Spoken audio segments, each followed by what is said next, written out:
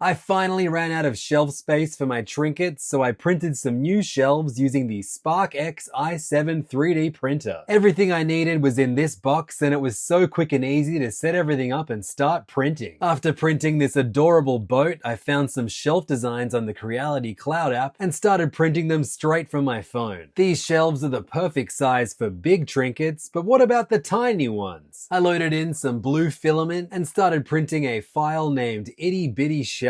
I can't stress enough how easy it is to use this thing, and the results are fantastic. After filling each section of my itty bitty shelf, I realized I wanted to move in too. So I uploaded a super cool photo of myself to Creality's Cube Me tool, and it turned me into this.